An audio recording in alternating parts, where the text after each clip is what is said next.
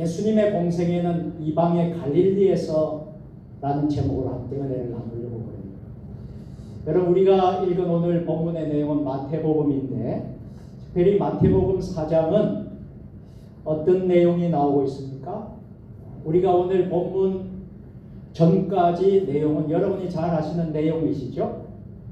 1절에서 여러분 11절까지의 내용은 우리 예수님께서 마귀의 사단의 시험을 받으시고, 그죠? 그런 내용, 시험을 받으시는 사건이 나오고, 마태복음 1장, 2장, 3장까지 보게 되면 예수님이 탄생하시고 유년기 어떻게 생활을 하셨고, 또 예수님이 어떻게 공생애를 준비하셨는가 하는 것을 우리가 볼 수 있었다 그러면, 오늘 우리가 성경 말씀을 듣기 전에 본문을 좀 이해를 돕기 위해서 제가 말씀을 드리고 있는데요. 이제 오늘 우리가 읽은 본문은 드디어 예수님이 무엇을 하시는 시작한다는 것이죠. 오늘 설교 제목을 보시면 안 되는데, 여러분 무엇을 하기 시작한다는 거죠? 공생애를 시작한다는 것. 그것이 오늘 제일 중요한 것입니다. 그래서 예수님이 드디어 이제 공생애 사역을 시작하시는 그런 내용이 오늘 우리가 읽은 내용인 것입니다. 사단을 시험을 물리치시고 곧바로 이제 공생애가 시작이 되는데, 사단의 시험을 물리쳤다라는 것은 무엇을 의미하느냐면 우리 예수님만이 유일한 메시아이심을 믿습니다. 예수님이 전능하신 분이심을 믿습니다 라는 것을 우리가 보여주고 나서 드디어 공생애가 시작이 됩니다. 예수님이 60생에 30년, 3년의 공생애, 그러면서 이제 나오는 것들이 제자를 부르겠죠. 제자를 부르고 또 앞으로 여러 어떤 사역을 할 것인가, 어떤 일들을 할 것인가라는 것을 가르쳐 주시는 것이다. 그래서 오늘 그 내용이 오늘 본문의 내용이 다예요.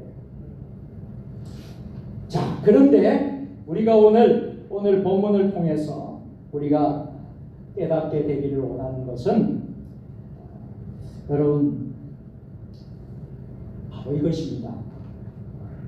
특별히 오늘 우리가 이 제가 사진을 보여주는 것은 카를로 랩이라는 사람의 사진을 올렸습니다. 이분이 1902년생이고 1975년까지 살았습니다. 1935년도에 이탈리아 남부 함벽촌에서 사람이 유배를 받게 됩니다. 그런데 옛날이나 지금이나 마찬가지겠지만요, 이 유배지라는 것은 수도 서울과 먼 지역, 전혀 도시화되지도 않고 척박하고 살기 어려운 곳이 바로 유배지. 그래서 유배지로 기양을 간다는 것은 곧 죽는 것과 같다는 것을 의미하기도 합니다. 그런데 한 사람이 1935년 이탈리아 남부 함벽촌에 있는 이 사람이 유배를 당합니다. 그 사람이 바로 카를로 랩이라는 사람. 그가 유배를 당한 이유는 당시에 반파시즘이라는 것이 있었는데요. 국가주의, 전체주의, 파시즘은 국가주의, 전체주의, 국수주의, 이런 의미가 파시즘 아니겠습니까? 여기에 반대를 하는 반파시즘 단체를 세웠고 반파시즘 운동을 하다가 당국에 의해서 유배를 당하게 된 거예요. 그래서 갈리아노, 현재 이탈리아의 알리아노라는 곳에 이제 이탈리아 사람들에게 거의 알려지지 않았던 곳, 그곳으로 가게 됐습니다. 철저히 방치된 곳에 가게 되었습니다. 그런데 그곳에서 그는 국가와 이념을 넘어 삶의 희망을 노래하는 공간으로 바꾸어 가기 시작합니다. 그곳에서 살아가는 농부들은 생존 자체가 죽는 것과도 똑같은 그런 삶이었습니다. 그들에게 필요한 것은 침묵이었고 또 하나는 인내뿐이었습니다. 그런데 이분이 책을 하나 썼어요. 그 책 이름이 그리스도는 에볼리에 머물렀다. 이런 데 책이. 그리스도는 에볼리에 머물렀다라는 책을 썼는데 그가 바라본 국가는 천국보다 먼 곳에 있는 존재하는 재앙에 불과했다. 이런 것이었습니다. 이 책이 많은 사람에게 전해지기 시작해요. 그 이유는 르네상스 유산으로부터 소외된 남부의 문제를 온전히 해당 지역의 목소리로 그대로 전달했기 때문입니다. 그도 그럴 것이 19세기 이탈리아에서 남부와 북부에 심각한 불균형이 있었어요. 그래서 이 문제가 해결되는 것이 큰 과제였습니다. 이렇게 한 예술가도 이분이 그림을 그리는 또 예술가였거든요. 소외되고 절망의 땅에서 이 불균형이라는 문제를 해결하기 위해서 희망을 노래하려고 몸부림을 쳤다는 것입니다. 이러한 이야기가 사실 성경에서부터 시작되고 있다는 사실을 여러분 기억할 수 있기를 바랍니다. 오늘 성경에 보면 그 누구도 관심을 두지 않는 땅, 쓸모가 없어 버려진 땅, 이 속에서 새로운 희망의 노래가 시작되고 있었다는 그 이야기의 전모를 오늘 말씀을 통해서 함께 살펴보고자 합니다. 오늘 본문에는 무슨 사건이 일어나고 있었습니까?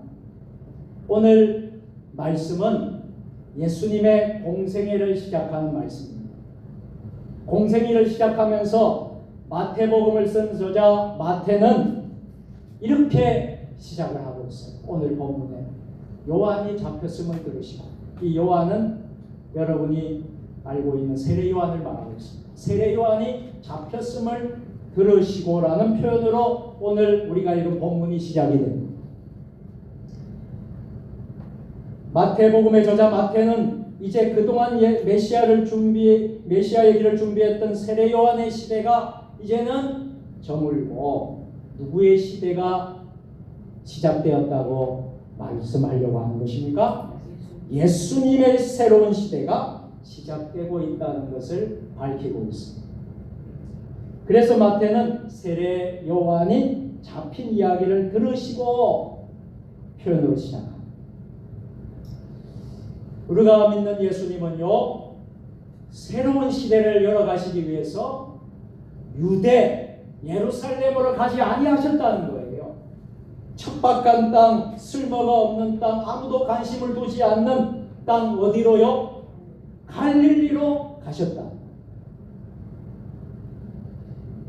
갈릴리 나사렛에서 잠시 예수님은 머무셨다가 여러분 아시는 대로 스불론과 납달리 지변 해변에 있는 가버나움으로 가십니다. 그리고 마태는 예수님께서 갈릴리로 가셨다가 가버나움에 가시게 된 것을 구약 성경의 성취의 말씀으로 바라봅니다. 왜냐하면 구약에서 이미 그렇게 말씀을 해주셨거든요. 그래서 구약 이사야 9장 1절 말씀을 인용을 합니다.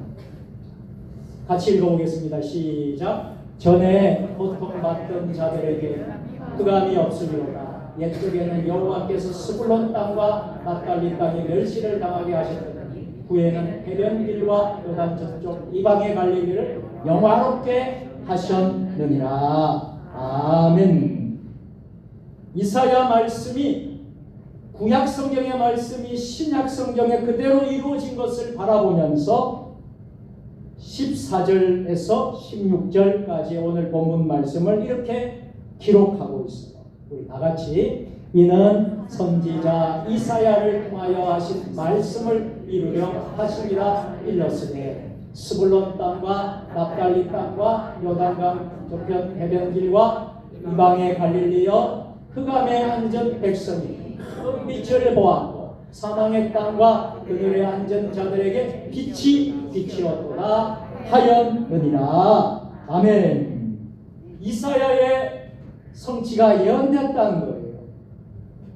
예언이 성취되면서부터 이제 예수님께서 천국 복음을 전파하셨다라고 기록하고 있습니다. 그 첫 번째 메시지는 뭐였습니까? 회개하라. 천국이 가까워.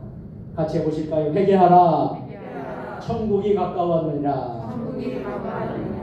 아멘.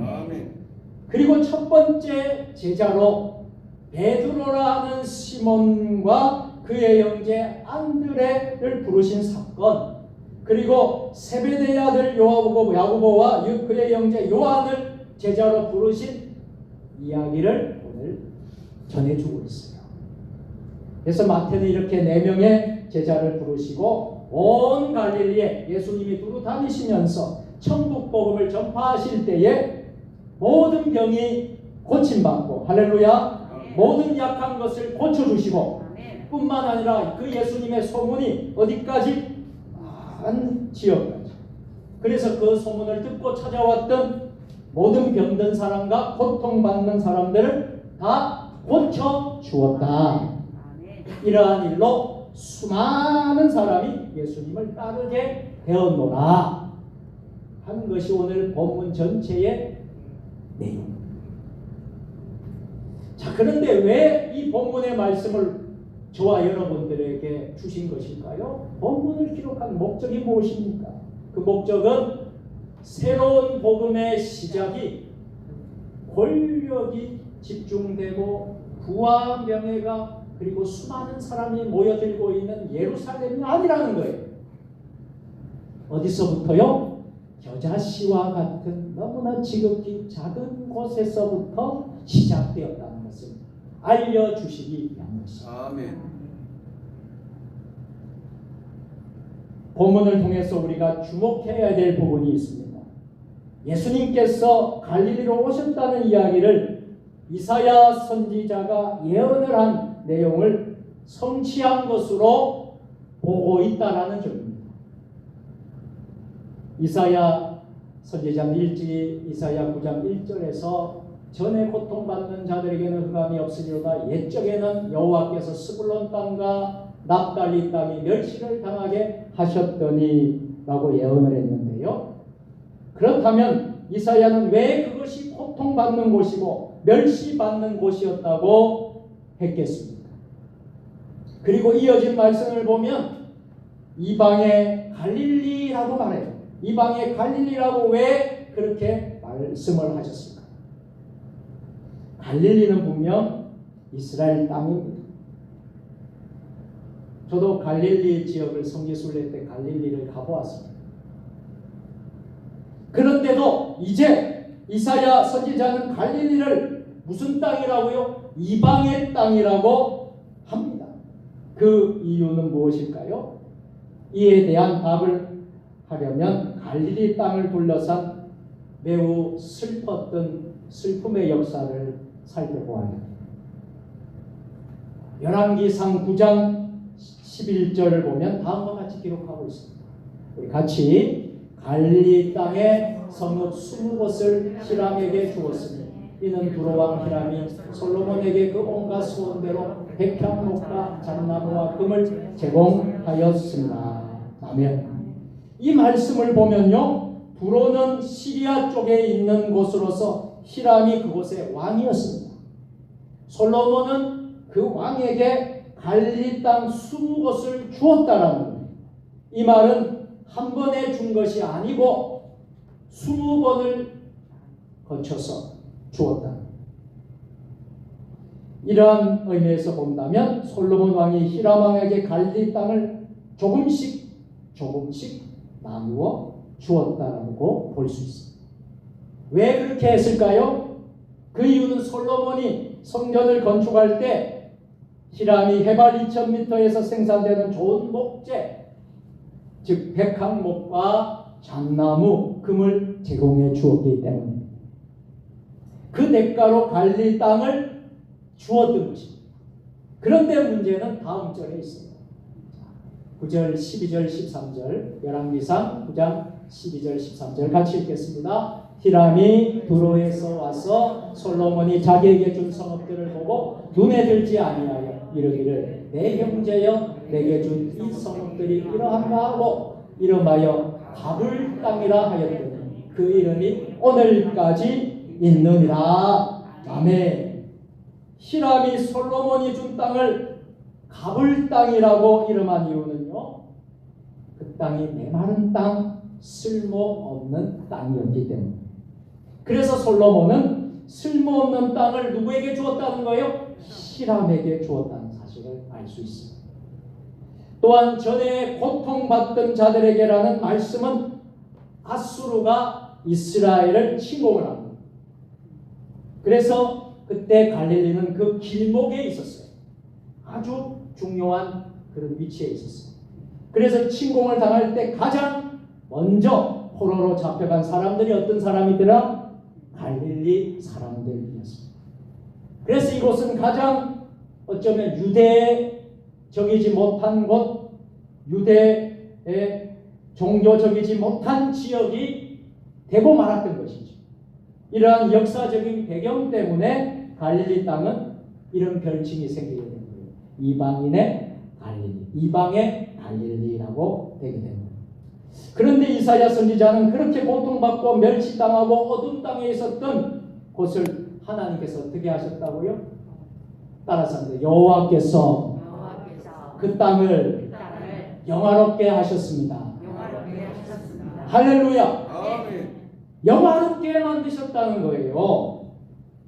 여러분, 이것을 우리가 기억해요. 이사야 예언처럼 예수님은 갈릴리에서 공생애를 시작하셨고요. 또 그곳에서 복음의 역사를 시작하시게 되는데, 예수님은 있는 사람, 가진 사람, 부와 명예를 누리고 있는 사람, 그런 사람들이 있는 곳으로 가지 않았다는 거예요. 전통과 권력자들이 있는 예루살렘으로 예수님은 가지 않으셨다는 거예요. 예수님의 공생의 사역을 어디서부터 시작했다는 거예요? 소외당하고 가난의 고통 중에 있는, 혈통적으로 종교적으로 전혀 유대적이지 못한 이방의 갈릴리, 이방의 갈릴리에서부터 복음을 시작했다는 거예요. 할렐루야. 요한복음 7장 2절에서 4절을 보면 참으로 흥미로운 이야기가 나옵니다. 우리 같이 읽어보겠습니다. 유대인의 명절인 초막절이 가까운지라 그 형제들이 예수께 이르되 당신이 행하는 일을 제자들도 보게 여기를 떠나 유대로 가소서. 스스로 나타나기를 구하면서 묻혀서 일하는 사람이 없나니 이 일을 행하려 하거든 자신을 세상에 나타내소서 하니. 아멘. 이 말씀은 어떤 큰 일을 도모하고자 할 때는 어디로 가자는 거예요? 광장으로 나가는 거예요. 사람들이 많이 있는 곳으로 가라는 것입니다. 교통과 행정과 모든 언론이 집중되고 있는 수도로 가라는 거예요. 서울로 가라는 의미입니다. 주목받지 못한 변두리 지방에서는 결코 큰 일을 할 수 없다는 지극히 현실적인 말. 그런데 예수님 어떻게 하셨어요? 그런 곳에서 사역을 하지 않으셨다. 오히려 소외된 지역을 갔고요. 주목을 받지 않는 지역으로 갔습니다. 또 배제된 지역으로 갔습니다. 사람 대접을 받지 못한 저들에게 가셨어요. 그곳에서부터 사역을 하십니다. 그리고 그들을 사람답게 섬기고 대접해 주셨다. 오늘 우리는 이 본문을 통해서 우리가 그러면 어떻게 살아야 될 것인가, 무엇을 실천하며 살아야 될 것인가라는 것을 우리는 알아야만 합니다. 오늘 본문을 통해서 우리는 예언자적 상상력을 가질 수 있기를 축복합니다. 이 예언자적 상상력이라는 것은 이 복음으로 새로운 역사를 이루어 나가는 것을 말합니다. 이 관점에서부터 복음이 역사가 시작이 되는 것입니다. 여러분 믿음의 사람, 믿음의 조상 아브라함을 잘 아시죠? 아브라함이 선택받았던 곳이 어떤 곳이었습니까? 척박하고 거친 황무지 같은 땅이라 할지라도 아브라함은 믿음의 조상이 될 수 있었어요. 적과 꿀이 흐르는 땅으로 된 줄로 믿습니다. 여러분, 우리는 이 예언자적 상상력을 우리가 가져야 합니다. 이 예언자적 상상력은 다른 것이 아닙니다. 거룩성을 상실해가는 교회와 성도들에게 경각심을 불러일으키는 때로는 신학적, 성경적 통찰력을 말합니다. 우리 여러분 모두가 이 예언자적 상상력을 가질 수 있기를 축복합니다. 그래서 이 예언자적 상상력은 신앙 공동체가 바라볼 하나님의 새로운 미래를 약속합니다. 선포하게 하고 개인과 공동체의 활력을 불어넣는 일을 하게 만듭니다. 이러한 예언자적 상상력이 우리의 시선이 권력 중심으로 가는 것이 아니라 우리가 소외되고 고통받고 어려운 이웃을 바라볼 수 있도록 하는 것이죠. 불모의 땅을 꽃이 피는 땅으로 만듭니다. 골짜기와 같은 인생을 평탄한 인생으로 보게 하는 희망을 품게 만드는 것입니다. 마치 우리가 찬송가 242장에 황무지가 장미꽃같이 피는 것을 볼 때라는 찬송을 보는 것처럼 마른 땅에 샘물이 터집니다. 할렐루야. 사막에 물이 흐르는 것입니다. 이것을 상상하는 것입니다. 이것이 바로 예언자적 상상력이라는 것입니다. 어느 길을 가든지 괴로움이 없고 기쁨으로 찬송하고 평안과 즐거움으로 우리 하나님께 영광을 돌리는 삶을 사는 것입니다. 오늘 말씀을 모범적으로 실천한 삶의 이야기가 어디에 있겠습니까? 마치 모세처럼 바로의 압제에서 이스라엘 백성을 해방하는 위대한 일도 있지만 우리의 삶의 현장에서 아주 소박하고 소소한 예언자적 시각이 어두움과 절망의 인생을 희망의 인생으로 바꿔가는 놀라운 일도 있기 때문입니다. 한 목사님의 이야기를 하고 오늘 말씀을 맺고자 합니다. 이 목사님의 어린 시절은요, 참 힘들었습니다. 어린 시절 일가칠적 없이 매우 가난하고 외로운 유년기를 보냈다고 합니다. 그의 어린 시절은 그 누구도 주목하지 못한 사람이었습니다. 희망이라고 전혀 찾아볼 수 없는 환경이었습니다. 그런데 놀라운 것은 우리 예수님께서 그의 인생에 찾아와 주셨다는 겁니다. 그래서 새로운 복음의 역군으로 세우기 위한 놀라운 계획을 하셨다는 것입니다.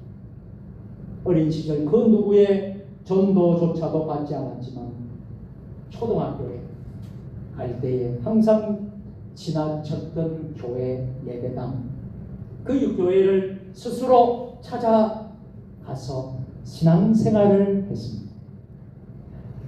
아무것도 몰랐던 어린 청소년을 지도하셨던 전도사님께서 두 손을 꼭 잡고 눈물을 흘리면서 기도해 주셨다.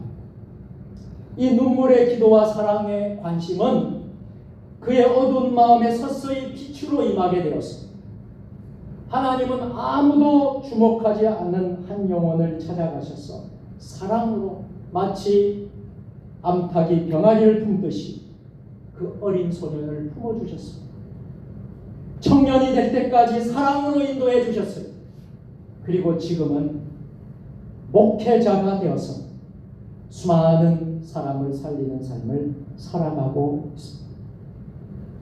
그 역시 소외당한 영혼들을 위해 헌신적으로 늘 섬기며 목회하고 있습니다. 그의 시선은 항상 어렵고 힘든 사람, 절망과 고통 중에 있는 사람에게 늘 머물렀습니다. 그리고 이방의 갈릴리와 같은 사람에게 복음의 새로운 역사가 일어날 수 있도록 사랑으로 섬기고 있습니다. 영혼을 둘러싼 하나님의 질서를 반하는 것들에 대하여 저항하면서 진정한 하나님의 평화가 깃들기를 바라면서 예언적 상상력으로 희망을 만들어가고 있습니다. 이렇게 별 볼 일 없었던 한 소년에게, 전혀 주목받지 못했던 한 소년에게, 희망이 전혀 보이지 않았던 소년에게 복음의 씨앗이 뿌려지면서 그의 인생은 세상이 감당하지 못하는 거대한 거목으로 자라게 되었습니다. 이것이 무엇입니까? 복음의 위대한 능력임을 믿으시기를 바랍니다. 복음에 이런 능력이 있어요. 사랑하는 성도 여러분, 오늘 우리는 우리나라 고유 민족 명절의 설을 맞이하여 온 가족이 함께 모입니다. 그리고 맛있는 음식을 나눕니다. 모든 시선이 가족에게로 향하고 있습니다. 하지만 우리의 시선을 돌려 이방의 갈릴리를 바라볼 수 있었으면 좋겠습니다. 우리는 기뻐하고 흥겹고 즐겁지만 아직도 우리 사회 주변에는 어두운 음지에서 슬퍼하며 외로움을 달래만 하는 사람들이 있기 때문입니다. 어떤 이들은 경제적인 파산으로 인해서 가족조차 찾지 못하는 사람들도 있습니다. 또 어떤 이는 병들고 힘든 육체로 인해서 사랑하는 가족을 편히 볼 수 없는 사람들도 있습니다. 말할 수 없는 이유로 생이별하고 살아가는 이들도 있지 않습니까? 예언자적 상상력을 가진 그리스도인들은 어떤 사람일까요? 이러한 소외되고 약하고 어려운 이런 사람들에게 시선을 돌리는 사람. 아무도 찾지 않는 그런 사람들에게 시선을 돌리는 사람.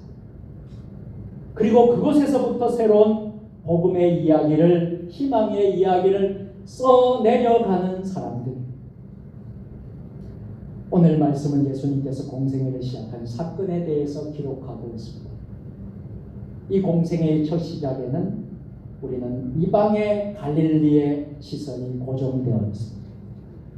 이 땅은 가볼 땅이라고 그랬습니다. 전쟁과 착취로 인해 고통받는 지역이었습니다. 흑암으로 가득한 지역이었습니다. 멸시를 당하던 땅이었습니다. 아무도 주목하지 않는 땅이었습니다. 그런데 그 땅을 영화롭게 만들 것이다. 할렐루야. 영화롭게 하실 것이다. 노래하고 있습니다. 이 희망의 노래처럼 예수님께서는 이 땅의 갈릴리에 복음의 첫 시작을 하셨습니다. 사람들은 그 유대로 가서 그 위대한 능력을 볼 것을 그렇게 부탁하고 종용했지만 예수님은 그렇게 하지 아니하시고 예수님은 메마른 땅으로, 아무도 주목하지 않는 땅으로, 아무도 관심을 가지 않는 땅, 그곳에서 복음의 역사를 시작하면서 그 땅을 우리 예수님은 영화롭게 하셨다는 겁니다. 사랑하는 여러분, 여러분의 인생이 이와 같다 할지라도 복음이 시작이 되면 꽃이 피는 삶이 될 줄로 믿습니다. 사막과 같이 메마른 우리의 인생에 물이 터지고 생수의 강이 흐르는 삶이 될 줄 믿습니다. 그래야 어둠으로 가득 차고 절망으로 가득한 우리의 인생이 복음의 희망으로 바뀌는 은혜가 있을 줄 믿습니다. 간절히 바라기는 이번 설명절 기간 동안 예언자적 상상력, 예언자적 실천을 통해서 진정한 하나님의 복과 은혜가 여러분 모두에게 가득 넘치기를 주님의 이름으로 축원드립니다. 아멘. 기도하겠습니다. 절망을 희망으로 바꾸시는 하나님 아버지, 하나님은 사막에 물을 내신 것처럼 절망을 희망으로 바꾸시는 분이십니다. 그래서 하나님은 항상 절망의 땅, 메마른 땅의 시선을 고정하셨습니다. 바로에게 압제받던 이스라엘 백성들에게 시선이 가셨고, 이방의 갈릴리에서 고통받고 멸시받았던 그 땅에 시선을 고정하셨습니다. 그리하여 그곳을 영화롭게 하셨습니다. 그래서 우리 또한 하나님의 그 영화로우신 가운데 머물게 되었습니다. 우리의 메마른 삶이 풍성해지게 되었고 척박한 땅에 꽃이 피는 은혜가 있게 되었습니다. 간절히 바라기는 희망이라고는 1도 보이지 않는다 할지라도 예언자적 상상력으로 그것을 희망으로 볼 수 있는 실천이 우리에게 있게 하옵소서. 그래서 그것을 복음으로 영화롭게 하는 거룩한 삶이 되게 하여 주옵소서. 우리 주 예수 그리스도의 이름으로 기도드리옵나이다. 아멘. 말씀을 생각하시면서 88장 찬송 부르면서 준비한 예물을 봉헌하겠습니다.